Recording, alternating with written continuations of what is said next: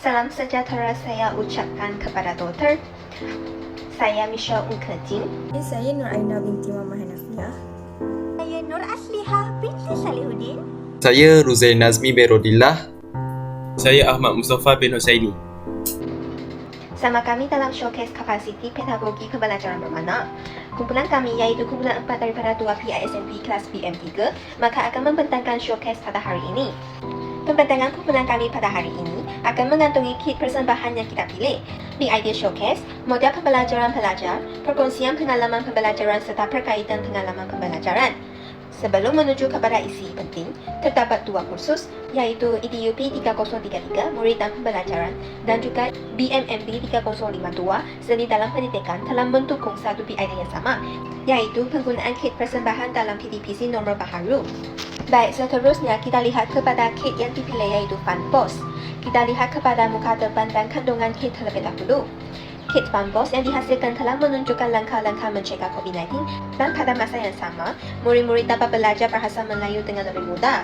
Dalam Funbox ini terdapat 3 bahagian, mari kita lihat sama-sama.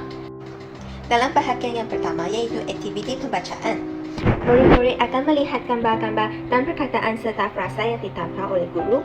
Jadi, selepas itu guru akan membimbing murid-murid untuk membaca perkataan serta frasa mengikut suku kata yang disediakan dan juga menggunakan sebutan yang betul. Seterusnya kita lihat kepada bahagian yang kedua, iaitu nyanyian lagu Jom Jaga SOP. Dalam bahagian ini, guru akan membimbing murid-murid untuk membaca perkataan satu persatu dengan menggunakan sebutan yang betul. Selepas itu, guru akan membayangkan video Jom Jaga SOP daripada aplikasi YouTube kepada murid-murid. Jadi guru boleh mengkaitkan dengan tajuk pembelajaran pada hari tersebut iaitu kebersihan dan kesihatan. Pada masa yang sama, murid-murid akan diminta untuk menyanyi bersama-sama dan mengoncang botol yang mempunyai batu mengikut irama muzik secara bergilir-gilir. Baik, kita lihat kepada bahagian yang ketiga iaitu aktiviti Lollipop Stick. Dalam bahagian ini, guru akan menyoal murid-murid soalan seperti adakah mereka menjalankan semua langkah yang ditampilkan dalam kit persembahan serta soalan seperti adakah murid-murid memahami semua langkah untuk mencegah COVID-19. Jadi murid-murid akan diminta untuk mengambil Lollipop Stick masing-masing ke hadapan bilik darjah dan meletakkannya ke dalam tempat yang disediakan. Baik, seterusnya Nur Aina akan membentangkan model pembelajaran pelajar. Saya masuk pula kepada model pembelajaran iaitu belajar cara belajar yang merangkumi aspek metakognitif, maklum balas dan juga agensi. Metakognitif ini adalah pengetahuan dan kemahiran yang diperoleh sepanjang mempelajari subjek seni dalam pendidikan dan murid dan pembelajaran. Pengetahuan yang diperoleh adalah kami mengetahui tentang elemen-elemen seni yang terkandung dalam PDP. Kami juga didedahkan dengan teori pembelajaran yang sesuai dengan tahap kognitif dan emosi murid-murid. Bagi kemahiran pula, kami belajar kemahiran berkomunikasi yang betul dengan rakan pembelajaran, guru dan juga murid. Kami juga belajar kemahiran mencipta kit persembahan yang merangkumi aspek dalam meningkatkan kecerdasan emosi murid. Untuk maklum balas, kami belajar kemahiran menerima dan membalas respon oleh orang sekeliling. Pertama, maklum balas diterima oleh rakan sebaya iaitu kami menerima pendapat yang dikemukakan di samping bersoal jawab bagi memperoleh idea yang bernas. Yang kedua, oleh rakan pembelajaran yang terdiri daripada pensyarah-pensyarah IPJKBT melalui pengesahan protokol temubual. Maklum balas yang diterima membolehkan kami berkomunikasi dengan cara berhemah bersama pensyarah yang terlibat. Akhir sekali ialah agensi iaitu keupayaan membuat keputusan tentang idea dan pandangan yang dikemukakan. Agensi mengukur accountability dan responsibility terhadap kit yang dihasilkan. Misalnya, kami mampu berdikari dalam meneguhkan pendapat terhadap kritikan yang diterima berkaitan kit pembelajaran yang dihasilkan. Selanjutnya ialah hasrat pembelajaran. Pertama, saya belajar untuk merancang aktiviti PDP sesuai dengan standard pembelajaran masa kini. Yang kedua, saya belajar untuk menghubungkait pengalaman sedia ada dengan pengetahuan baharu yang diperoleh. Yang ketiga, saya belajar untuk mengaplikasi elemen seni dalam pendidikan melalui penghasilan kit pembelajaran. Untuk kriteria kejayaan pula, pertama, saya dapat mengetahui strategi pengajaran yang sesuai mengikut potensi diri murid-murid. Yang kedua, saya dapat merancang organisasi kandungan pembelajaran berteraskan pedagogi masa kini. Dan akhir sekali, saya dapat menggabung jalin elemen seni dalam pendidikan yang membantu meningkatkan kecerdasan emosi murid-murid. Baiklah, seterusnya saya akan sambung dengan model pembelajaran iaitu dari segi perhubungan. Ia membuat rangkaian pembelajaran bersama rakan-rakan sebaya atau orang di sekitar. Seterusnya dari segi aspirasi, harapan agar dapat dimanfaatkan oleh murid dan diperluaskan dalam sistem pendidikan di Malaysia. Baiklah, Pada hari ini saya akan berkongsikan mengenai pengalaman pembelajaran bagi kedua-dua kursus, iaitu seni dalam pembelajaran dan murid dalam pembelajaran. Untuk murid dan pembelajaran, untuk hasil pembelajaran saya dapat adalah mengetahui teori-teori kecerdasan emosi. Contohnya adalah teori kecerdasan emosi Daniel Goleman. Selain itu mengetahui teori-teori kognitif. Untuk seni dalam pembelajaran pula, saya dapat mengetahui jenis-jenis seni dalam pendidikan seperti seni muzik, seni visual dan seni pergerakan. Selain itu dapat mengaplikasikan seni tersebut dalam PDP dalam sesi pengajaran sebagai seorang bakal guru. Dan juga saya juga mampu untuk menghasilkan kit pembelajaran saya sendiri.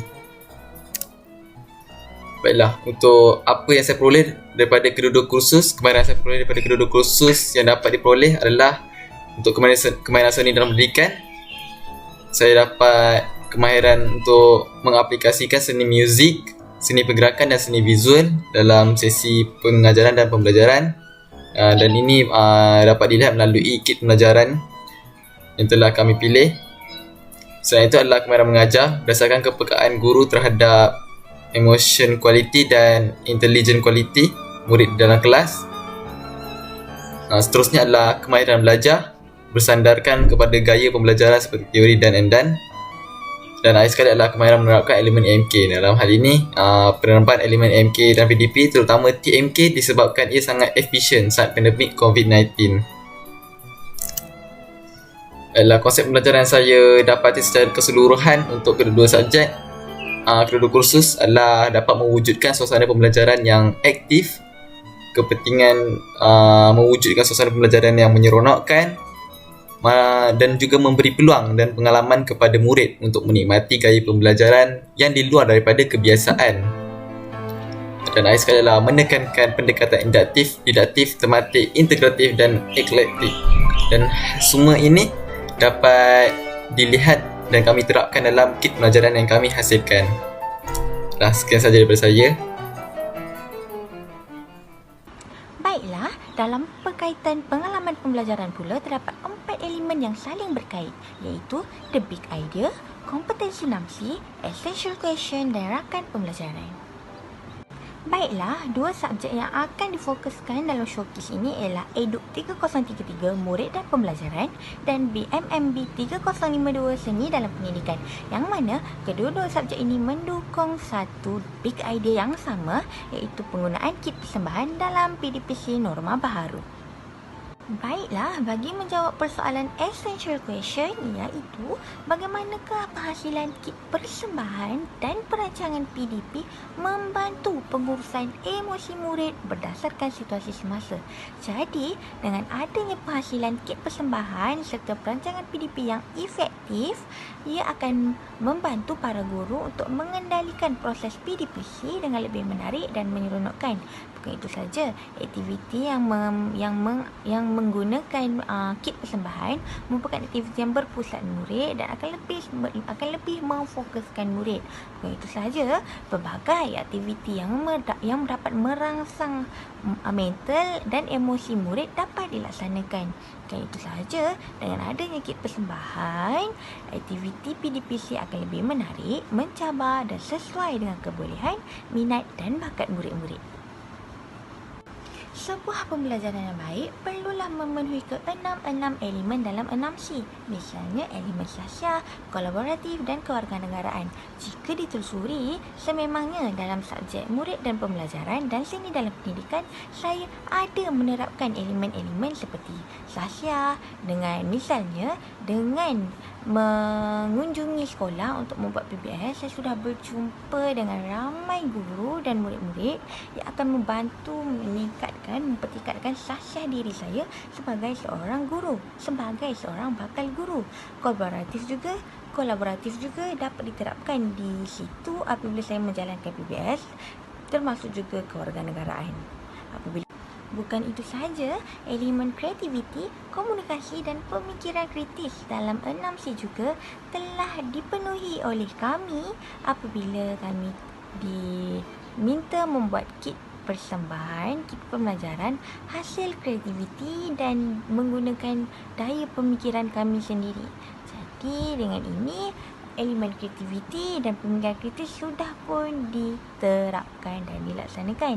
Elemen komunikasi pula telah berlaku apabila ramai antara kami membuat grup WhatsApp dan berbincang serta berkongsi idea dan buah fikiran di sana. Itu sahaja daripada kumpulan kita pada hari ini. Sekian, terima kasih.